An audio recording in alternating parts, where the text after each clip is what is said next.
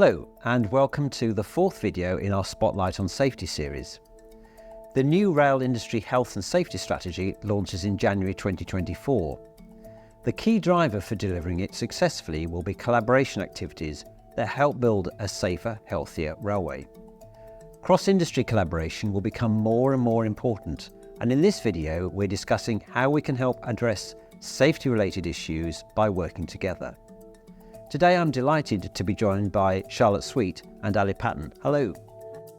Why is collaboration important for tackling safety in rail? GB Rail has made significant safety improvements over the last 2 decades. This has been achieved through collaboration by all parties concerned in the industry.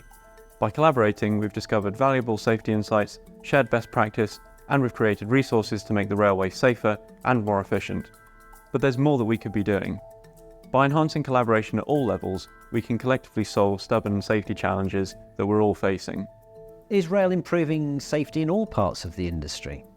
Britain is a world leader in railway safety, but despite our efforts, some risk areas have recently plateaued and aren't improving. These include signals passed at danger, or SPADs, and work-related violence as well.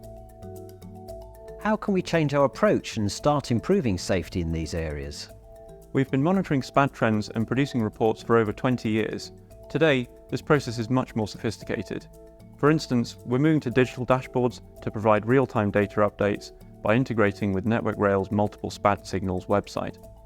This is just one way that enhanced collaboration, in this case sharing data, is making it easier for industry to gain better insights to make informed decisions. How has RSSB supported safety changes related to passing signals at danger in the past? Enhancing collaboration has to be seen as an ongoing process to make continuous improvements. Through collaboration with industry, we've led on implementing a host of safety changes related to SPADs. These include supporting the widespread rollout of train protection and warning system, the withdrawal of Mark I rolling stock, the development of the risk management maturity model in partnership with the Office of Rail and Road, the development of the SPAD Good Practice Guide, and built the Red Aspect Approaches to Signals toolkit in collaboration with the University of Huddersfield. Recently, our research into train driver human reliability made a strong case for future-oriented digital solutions to reduce SPAD incidents and SPAD risk. While progress is underway, there's a considerable journey ahead. We remain committed to maintaining our strong connections in Britain and abroad to prioritise safety through enhanced collaboration. That all sounds good and helpful, so can you elaborate further on why we need to revisit collaboration efforts? In some areas, industry collaboration is still underutilised. Enhancing collaboration will enable a greater sharing of knowledge, which is critical for improving our understanding of SPAD causes. Causal data remains highly variable and requires improvements to create consistent, accurate reporting supplied by operators and investigators. With richer data collection and reporting, our intelligence will be much more complete. We'll be able to carry out more accurate and trustworthy root cause analysis of SPAD risk.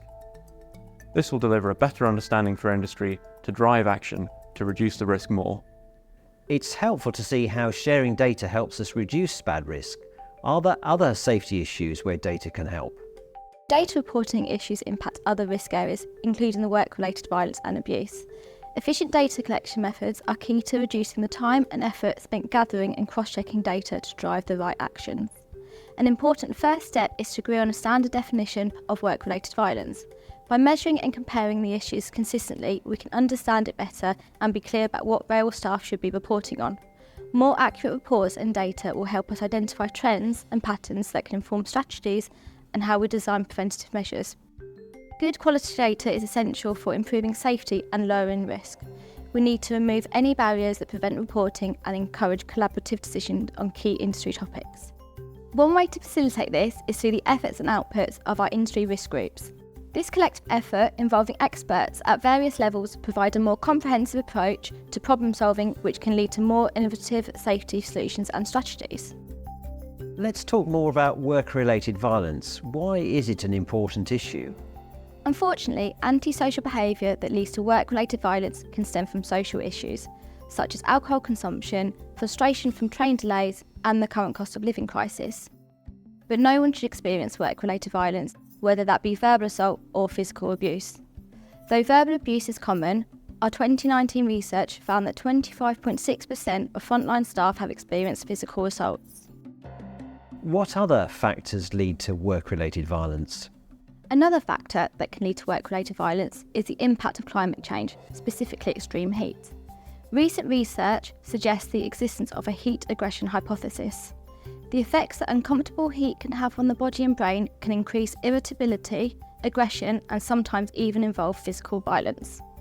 So far, this has been demonstrated within a controlled lab setting, but new research is delving deeper into this. With the rise in extreme weather events, including periods of extreme heat, there is concerns around seeing a rise in work-related violence on the railway. Preliminary SPADs analysis supports this concern. It shows slightly higher numbers of incidents during heat waves compared to the cooler days in previous years. How is RSSB helping the industry with work-related violence? RSSB continues to work with the Rail Delivery Group's Work-Related Violence Strategy Group to explore approaches to reduce the risk of violence and abuse against network staff. This includes supporting operators to empower their staff to use body-worn cameras and the use of personal protective strategies. In October 2023, we released a good practice guide to aid industry in developing and implementing work-related violence strategies, alongside a brief note to senior leaders. A good practice guide covers several topics and provides our members with an evidence-based approach to develop, implement and measure their work-related violence strategies. It includes a framework for tailoring resources to specific needs. A checklist and 2 action plans have also been developed to help you identify priority areas to assign actions to. It's great to hear about colleagues from industry collaborating to produce useful resources that tackle work-related violence. What's the big picture of collaboration for safety in rail? As our industry is on the cusp of organisational change and faces the challenges brought by climate change, there's an urgent need for enhanced collaboration to address today's safety and wellbeing issues. We're dedicated to achieving this at RSSB and invite industry to join us. That's why we are launching the new Rail Industry Health and Safety Strategy in January 2024, with a continued focus on key risk areas for rail.